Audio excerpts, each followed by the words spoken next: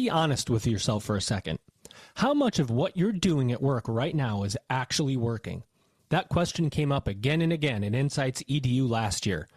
You guys already know this isn't your typical higher ed conference. And I've got to be honest, I've been to a lot of higher ed events, and Insights EDU is just different. The conversations are direct, the sessions are outstanding, and the people in the room are there to fix real problems, not defend the status quo. That's why Insights EDU 2026 matters. It's 3 days in Fort Lauderdale, February 17 to 19, focusing on real strategy for higher ed. No fluff, no recycled playbooks, just what works now. You can keep wasting time with what feels safe, or you can get in the room where smarter decisions are being made. Register today at insightsedu.com. You just made the list! Outlive Live 2026 is taking place April 19th through 22nd, 2026 in Denver, Colorado. Advancing infinite possibilities. Turn innovation into action with AI-powered solutions, student-first strategies, and a global network of fellow leaders at Outlive Live 2026, higher education's premier global technology conference. It's going to be amazing. Welcome back, everybody. It's your time to EdUp on the EdUp Experience podcast, where we make education your business. This is Dr. Joe Salustio back with you on another episode of the EdUp Experience podcast, but I just told you that when I introduced it, so I'm not going to tell you again. You've probably heard my voice a few times if you're a listener to this podcast, but I do want to remind you of two things that I continually remind all of you about, and for some reason it just doesn't happen as often as we'd like. And one thing that's coming that we want to tell you that we hope you know, but I'll remind you if you don't. Number one, for those of you that like to write, whether it's with pen and paper or type something up, remember that we have EdUp editorials. It's a part of our website where we have said, you know what, we're going to publish articles that our colleagues write and tell us what's good, what's happening in higher education, and we're going to send those articles out through all of our social media, email attendee lists, and everywhere where we have a podcast audience to promote what's going on in higher education. So this isn't just about podcasts here at EdUp. We have a whole publishing part where we're publishing articles for colleagues. So go back to your college, go back to your university, get out your pen and paper or computer yourself, and tell us what's happening at your institution, your business that's helping students. And that's what we care about here at EdUp. Number two, did you know that last year, and last year I mean 2025, because this may come out in 2026, we'll see. We held the first ever higher education podcasting conference at the University of Illinois, Chicago. We had almost 150 people show up. And now we're going to do it again. We're going to do Higher Ed PodCon 2, which is going to be in Cleveland, Ohio, on the campus of Cuyahoga Community College. And shout out to my brother from another mother, Michael Baston, Dr. Baston, who is the president there at Tri-C. He'll be hosting us. We think we're going to get 300 people this year at Higher Ed PodCon, where we bring together the most innovative and passionate storytellers with this new media that colleges and universities are quickly adopting to tell the powerful stories of students, of businesses, of economic impact through podcasting. So we hope to see you there. It's July 16 and 17 off the top of my head in Cleveland, Ohio. So 2026. So go to higheredpodcon.com. Okay, enough from me. If you didn't turn off this episode from me, pontificating here, but thank you, because we've got an amazing, and I mean amazing, guest. She's energetic, passionate, and she's going to tell the story of her institution right now. Ladies and gentlemen, let's get her on the mic.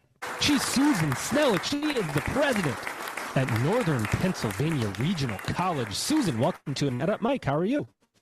Thank you, Joe. I'm doing great. Thanks so much for having me.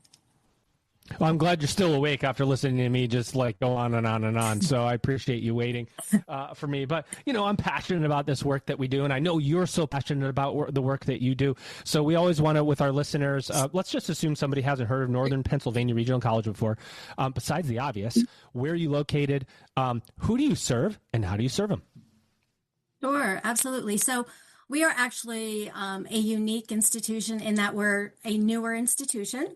We haven't been around all that long, so it's truly an exciting opportunity to serve. And we're also serving a very rural population in northern Pennsylvania. Our service area is 10 counties. So 10 counties, when you look on a map up in the upper Northwest. And we're doing so in a unique way in that we're not a campus-based college. So we were intentionally created to serve a rural footprint. And in doing so, we knew we couldn't set up campuses in every single county because the cost would be so astronomical. We would never be able to sustain it. So instead, we take advantage of technology, similar to what we're doing today. And we serve our students through Teams meeting, through remote, through asynchronous. And obviously, when it needs to be in person and it's workforce development offerings, we do some in-person education as well. Wow, that's really cool. So when you say that you're a younger institution, tell our audience what that means. How many years are we talking, and comparatively to the 200-year-old institution, how long have you been operating? Sure. So we were formally founded in May of 2017. And of course, there was a lot of work that happened behind the scenes prior to that date. Obviously, there was legislation that had to be enacted. We were added to the public school code. We were created as a different sort of college. So in Pennsylvania, we are a rural regional college. We're not a community college. And so as of today, we are the only one in Pennsylvania. But of course, we had champions in the very beginning who knew that, we were sitting in a very education desert where there weren't opportunities for folks to attend affordable, accessible, 2-year college offerings. And so we wanted to level the playing field and make sure that our communities had opportunities that the more urban parts of Pennsylvania had. So even when you look at a map of Pennsylvania, unfortunately, when you go north of Interstate 80, there still are deserts that exist. We've, sort of taken over that 10-county area, but there are other counties when you head out east that, still really aren't being served by community colleges. So it's unfortunate that, folks don't have the opportunities, that you have in other places in Pennsylvania. Yeah. So how do we understand the difference between a community college and a rural regional college? For the listener that goes, well, wait a minute, is that the same? Is it different? How are you designated differently? Is there different codes, tax codes? Is it funding? Is it operationally? How do we think about it? So it's a little bit of I'd say two things. One is funding. So we're not allocated in the state budget as a community, we don't take part of the community college line item in the state budget. We actually have our own, which is good and bad, right? And then two is the way we function.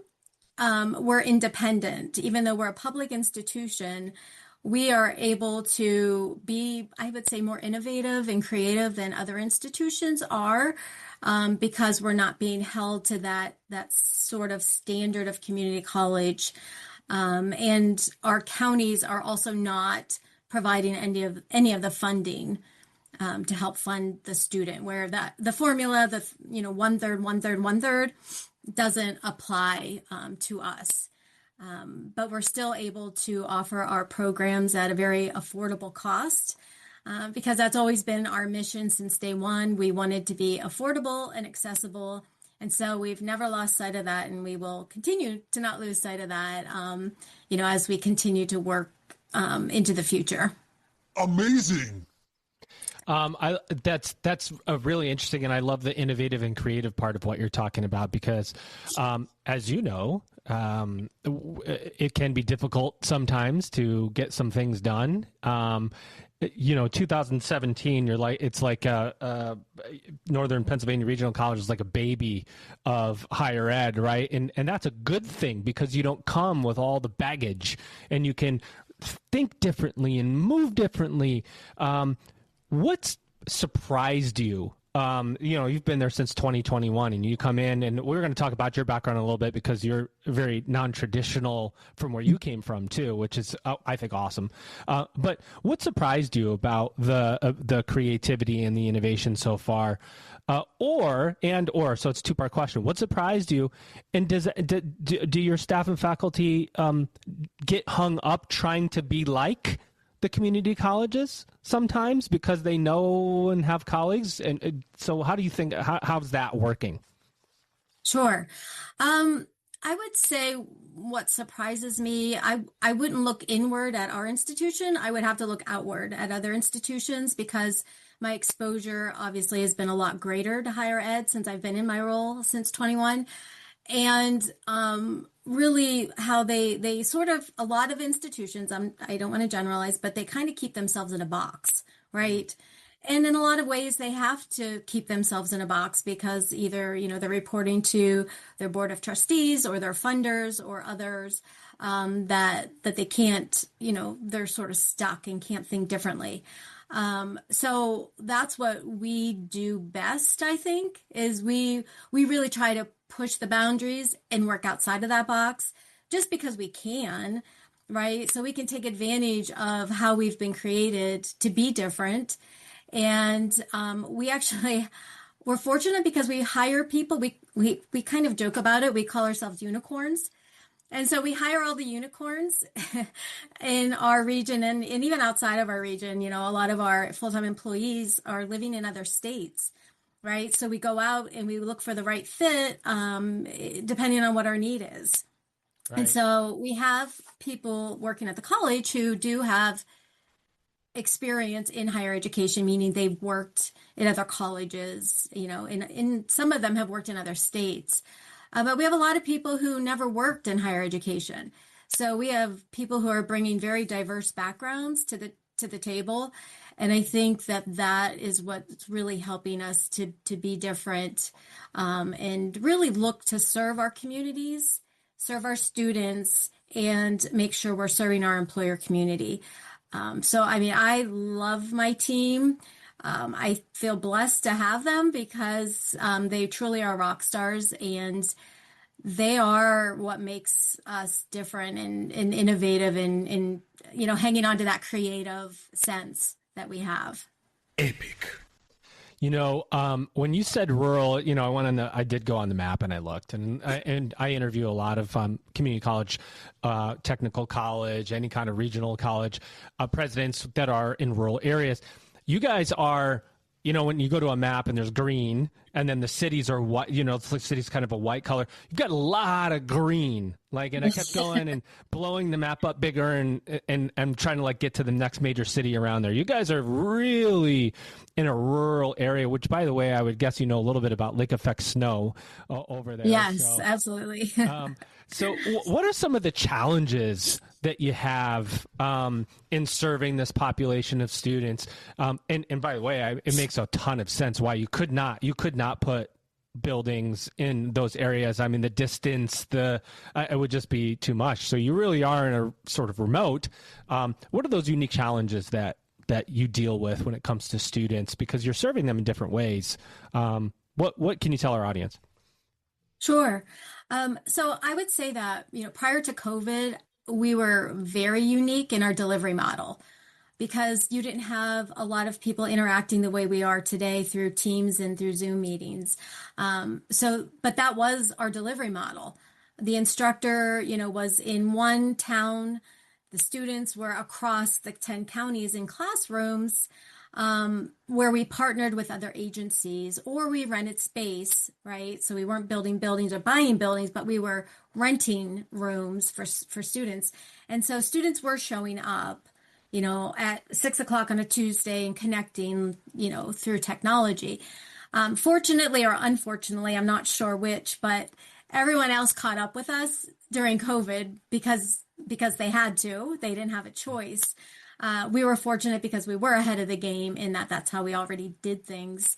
But I would say the biggest challenge really for us was, after COVID, we sort of forced people to go back to those classrooms. We know that there's benefit when students are together, right? There's synergies and relationships and all that good stuff that's built when they're together in a room. But in forcing them to go back to a room, it ultimately, I think, like hurt us because, we weren't growing at the rate I knew we could. And so, we decided here about a year ago to offer remote options where people could be in their homes, joining the classes or wherever, right? Wherever they have an internet connection. We're still offering locations because some students want to leave home and they want to go somewhere else because maybe there's distractions at home that won't allow them to learn in the best way. So we provide both opportunities, but I think we waited too long. We waited too long to give folks that remote option. And just recently, I'd say within the last year, we started developing asynchronous courses because we never wanted to be an online school. That wasn't the intent. It was, to get education delivered to rural places, but we didn't want to be another online. However, when you look at what the customer wants and what the students are asking for, they really want that. They want to be able to take that class at midnight or, whatever time of the day it works for them. So we're building out asynchronous options as well, but still trying to be different in that we're continuing to be student-centric, meaning that, all of our decisions are based on the student and the impact to the student and making sure they're successful. So that's how we want to be different. We want to make sure we're providing those student supports, the advising, the check-ins, making the asynchronous course more interactive. So it's not just a bunch of reading, and sort of self-driven by the student. So we're trying to maintain, the student focus while we evolve and develop into other avenues. I like that a lot because how many schools will try, right? You said it. The student is evolving or has evolved and, and goes, hey, I want asynchronous courses. Institutions try to do that. They do. The ones that are built for a ground student and they move it and then they can't do it. They try, they take this program and not that I'm speaking from personal experience at all, but they take this program. You have some innovative person that says, let's put this online. Again, not talking from my personal experience, but who goes, put this online. This is what students are asking for, enrollment's going up 10, 15% in this program. And then, you hit this negative inertia where faculty say, what about me? What about that we're cannibalizing, so on. And it's very easy to get caught up in the institution first mentality rather than the student first mentality, where if the consumer says, this is what I want, then we have a responsibility to give them what they want, especially if you're, and particularly if you're in a rural area where that student, and what happens if they don't get what they want? They just sort of disappear into the population. It's not like they go, absolutely. Well, I'm just going to go 300 miles away and, go get what I want. It's like they sort of disappear if they can't get it from you because that's what they identify with, the local college, right? Right. Yeah, definitely. So we who knows how many we've lost along the way. Yeah. Hopefully we'll pick them back up, but we're really focused on people who are already living in the communities. We want to keep them here. We know rural places are losing population. We're set to lose even more.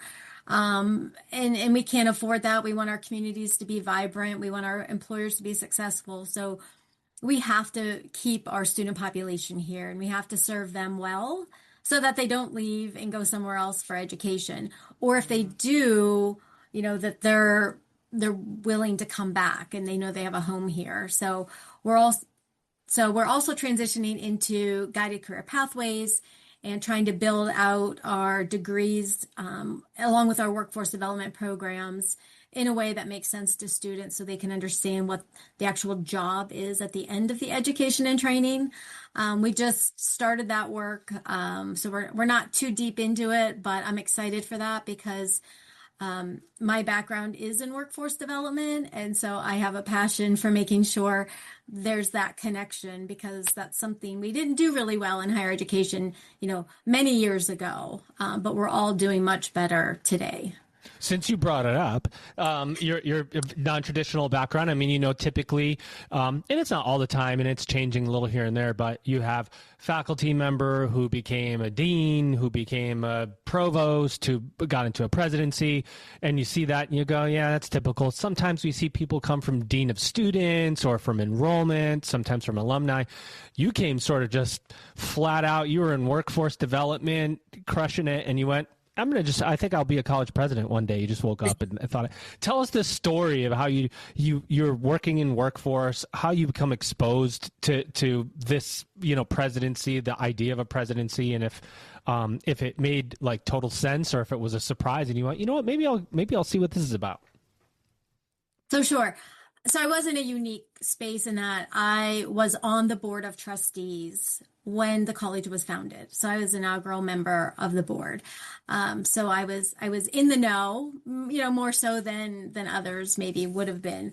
But when our first president was retiring, I wasn't on the search committee, and I was reading through the job description that they had come up with. And as I'm reading through it, I kept like in my mind, I kept saying, "Oh, I could do that. I could do that. Well, I've been doing that."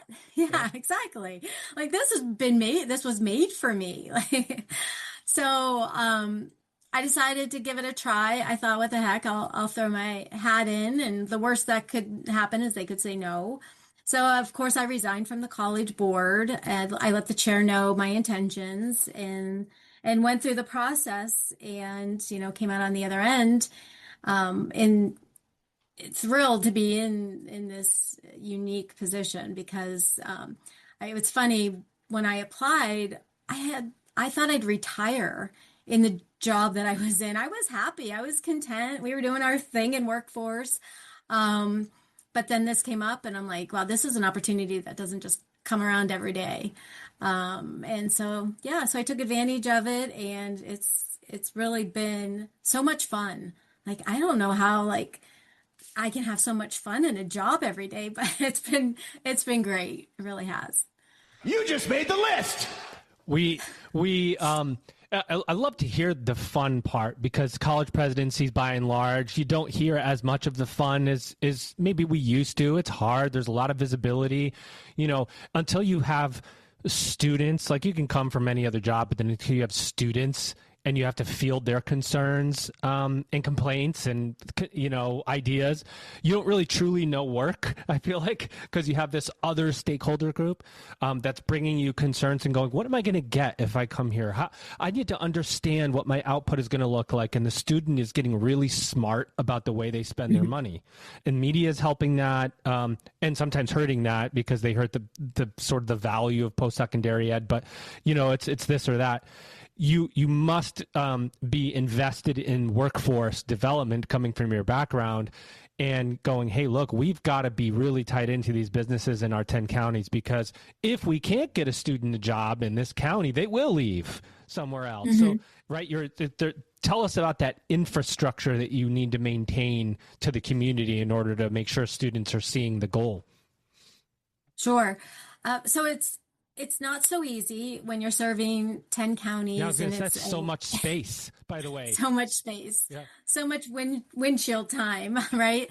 But I can say, you know, I think we're doing better. You know, there were a lot of milestones we've had to achieve along the way to get, I think, to where we are today, where we can pay better attention to make sure that our programming aligns better with the workforce. And I would say, you know, definitely when you look at our associate degrees, we have 8 associate degrees. We don't have 100.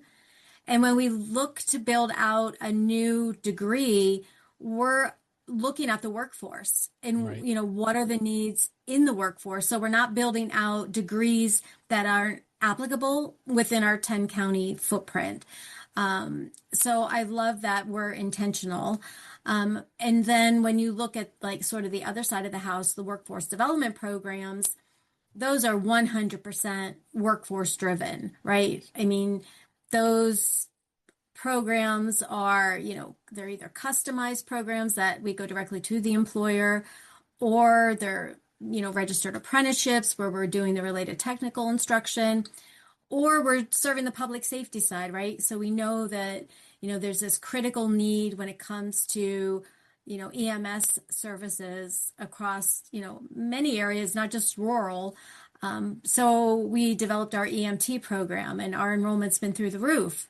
And we can feel good about that because we're filling a need within these communities where they're volunteering for these positions. A lot of times they're not paid, but yet, we can do that training piece and make sure we're delivering it in a way that's affordable, and we're, hitting those rural spaces that really need the training. So, we're figuring out better ways to build bridges from workforce development into the associate degrees. And then, of course, the associate degrees, we're building relationships with those four-year institutions too, so that students can continue on that pathway, whatever it looks like for them. And we're trying to do so in a way that if they can stay home and do it online to finish the degree, we're looking at those opportunities. But not only that, what else can we do and offer to our students so that they can be successful? Well, it's great. It's good to do that, right? Because if your student gets that associate degree and says, I want to stay home and get my bachelor's, I'm taking care of family. One of the things about many people who live in rural communities are really tight knit and so want to stay home. But then if you have a student that wants to go away for a little bit, get the experience and hopefully their experience with your college is so good, they want to come back to the community too, right? Because they feel that. So it's like you have to offer both or else you don't get either. And that's right, an important part of and to some degree, if you educate a student, they get their associates and they do go somewhere else, at least you had them when you had them, at least, so there's that piece too. But your workforce background is, I think it's important in many ways, not only because of the obvious, but higher ed, we're designed to try to expand rapidly to serve more students, right? There's this saying that we try to be all things to all people. And you go from 8 degrees and all of a sudden it's 12 and then it's 42 and then it's 82 and the costs go out of control. You've got what I like to call an In-N-Out burger menu right now where there's just sort of 8 choices and it's almost prescribed. Like, here's what we're really good at. And it allows you to go, okay, if we're going to create a new degree program, are we going to serve enough students? Are we going to serve the workforce? Are we going to serve the market? Or do we take those resources and put them into one of the 8 that we have right now and make it even better? And what's going to give us the bang for the buck? Are you always thinking about careful trade-offs because you have that, I'd say, advantageous limited menu right now because you can control costs easier. So tell me how you think through the itch to expand versus the, sort of being good at what you're good at. Let's go to insightsedu.com. Remember that URL because let's be honest, how much of what you're doing at work right now is actually working? It's time to inject fresh ideas and effective strategies. And Insights EDU is for these leaders that want to see results. The conversations are direct. The sessions are outstanding. And the people in the room are there to solve real problems, not protect the status quo. Insights EDU 2026 is February 17 to 19 in Fort Lauderdale. No fluff, no recycled playbooks, just what works now. Register today at insightsedu.com. Attention. It's time to register for Lucian Live, April 19th through 22nd, 2026 in Denver, Colorado, advancing infinite possibilities. And it's higher education without limits. Don't just keep up with change, lead it. Higher ed leaders from around the world are coming together at Lucian Live 2026. Across 4 unforgettable days, you'll discover new ways to meet students where they are and make the most of your technology through inspiring sessions and hands-on demos. Together, we're leveraging AI to create deeper human connections, support every student's journey, and open doors to lifelong learning. See you in Denver. Register now at elive.elucian.com. Right. So I would say that we're cognizant of the financial burden when you build out programs, as you alluded to. We do have to be careful that we don't grow too many too fast, because then we're diluting sort of the number of students participating in any one program. And so, the need to be intentional. And then you made a good point in that if we already have the degree, is there opportunity to break the degree into specializations? And so that's what we've done, up until this point. Like our business degree, has specializations that you can focus on, so that you're not just getting that general sort of associate's degree. So we'll continue to do that and look for opportunities to specialize, but we're also looking at growing our programming through workforce first. So let's try it. Let's build out a non-credit workforce certificate and see if it's meeting the needs. And if it does, great, we can stop there. But if it evolves and it grows and it could eventually become that associate degree, then we'll build it out based on need and what the industry is telling us, rather than just grabbing things and seeing if it's going to work. So the non-credit certificates become almost a test for program demand before you move to a full, which many colleges and universities have tried to do. And it's interesting, in the more urban or more even in suburban areas, there's many more colleges in those areas. So it's hard to, so many messages coming out of students, it's really hard to test a non-credit program to move it into a degree. But when you're serving 10 counties of students who are looking at you as the option, they go, yeah, maybe I'll try this, and then you can upgrade it. That's a really good strategy. Have you had a program, or is there one that you're thinking about where it is construction management, or you're offering something like that, to where they're getting what they need from a skills development, but the employer comes back and says, we really need these people to lead teams too, so let's turn it into an associate degree? You have an example or something that you're thinking about? I do have an example, actually. So it's our industrial technology degree, and that was specifically built out to accommodate that next step for our registered apprenticeships. So they're working through all that RTI while they're the apprentice. But a lot of times they're in an apprenticeship program because they have those sort of supervisory leadership skills anyways. And the employer is like, well, what's that next step for them? As well as the individuals wanting that next step and wanting that degree. So they will continue on through and get that industrial technology associate's degree. And of course, we award prior learning credit, and we make it, as succinct as we can without jeopardizing the integrity of the program, if that makes sense. Yeah, it does. And what's interesting about what you said too, and it's actually something we don't talk about often. I don't even know if I've thought about it before, but that model, certificate program, students are getting these skills. Employer comes back and says, well, they're natural leaders, what comes next? That almost goes against this thought that employers don't care about post-secondary ed. Now, we could get this pushback that, it's just skills-based hiring and, whatever. But an employer, I hate to say it this way, but they do want to get their hooks into good employees. And one of the ways to keep a really good employee is to keep offering them education benefits and ways to because then you've got them for 2 more years or 4 more years. And so there's this incentive for the employer to look at post-secondary ed in a positive way. And I just was like, I don't know why I've had that thought before, but I'm sure you have many times. Yeah, I agree. And, you're right in that it's not every employer. There definitely are the employers who they're getting by with how they're doing things. And so, they don't look at the investment in the employee the same way. But for the employers who do, invest in them through the registered apprenticeship or through, additional education and training, I would argue they do better. They do better at retaining a workforce too, because you want to be in a place where people are investing in you. You want to, you want to be in a place where it's a good culture and people are treating you the right way.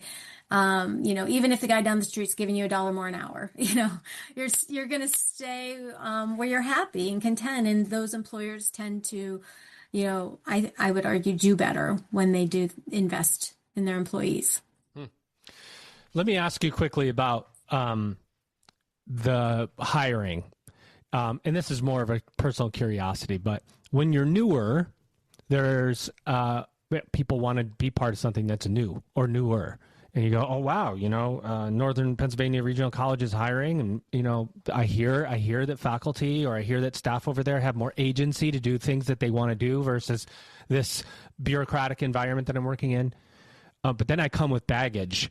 And, you're hiring me and I've come from this context and I come in with either expectations or I come in with, because I'm trained a certain way or with baggage, and I come to your environment and you're going, oh, wait a minute. We don't want that baggage. We need you to leave that behind. Do you find that you're sort of on a seesaw because you have, people who want to work there, but then they get there and the environment might even be too innovative for them, and maybe they can't move as fast as you need them to move. So you're, how is the work environment, and is it for everyone who's got that higher ed background? Sure. I would say it's not. And so we've definitely had our growing. I thought you might say that, by the way. Yeah. Yeah. We've definitely had our growing pains, and, people make choices or choices are made for them if they don't fit our model. Because I'm not willing to sacrifice what our vision is for the institution, based on someone's inability to move with us. Right. So we try to do a really good job when we interview, and I don't have a problem failing searches and going, at it 3 or 4 times if we have to. And to be honest with you, we found some really good people, like third round of trying, right? Yeah. Posting it for the third time. And it's like, where were you first round? Why didn't you show up then? So, we're definitely not afraid to say no and try again, because we just haven't found the person that fits. And, we've been lucky really in that for the most part, we found the people who have the right vision and, they're really in it for the student. I think you're right. The excitement of being part of something new is definitely, it brings interest. But it doesn't keep you here for the long haul if you're not focused on the student, if you're not here caring about our communities, it's eventually going to show up, and, it usually takes care of itself. That's a good point too, because I will tell you, one of the things in my career that I enjoyed least was hiring, going through and screening resumes and interviewing people, which I needed great people, so I had to do it, but it's not something that I was cut out to do. Like, you meet these HR people and they love doing that. And I'm like, I don't want to do that. And you get to a search at the end of a search, and maybe you're one candidate that you really wanted, maybe it didn't work out or whatever. And you go, well, Johnny can do the job. He can do the job. Let's take a shot at Johnny. And he was never your pick. And then the opportunity cost, the loss of culture that can come from hiring the wrong person is so much greater than the time that you'll put into doing a search a second and third time. And it's like, but we want it to end sometimes. That's a tough mindset to go, okay, we're starting over. And it's a fresh mindset to keep. How do you, what makes you have that? Because I don't think, me personally, I could tell you I've hired at the end because I needed it to end, not because I had the right person, and that always backfires. Right. Yeah, I don't know. I think, looking back on my own personal work history, I was witness to situations where people weren't making the best decisions for the right reasons. And so I sort of made a promise to myself that if I was ever in a position where I could influence or affect those sorts of situations, then I was going to always do what was right. That's good. And so I've been able to stick to that. And, so far, it's worked out well, knock on wood. But, I'm not part of the hiring across all the entire not, yeah. college, right? But I feel like, we try to instill upon everyone else that, you're in it for the right reason. Make sure that as much as you can through that interview process, right? Because you don't truly see people until they're on the job and working every day. But as much as possible, like screen people in who really fit our culture. That's really got to be number one. Mm-hmm.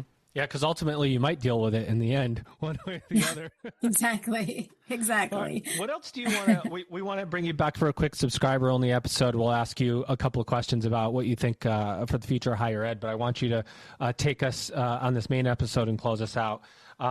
What else do you want to say about Northern Pennsylvania Regional College? Open it up for us. Anything you want to say, anything that's on your mind, anything you want to highlight, and take a couple minutes and go. Okay. I would just say that, we're here to serve our community. We want to make sure our communities continue to grow and prosper.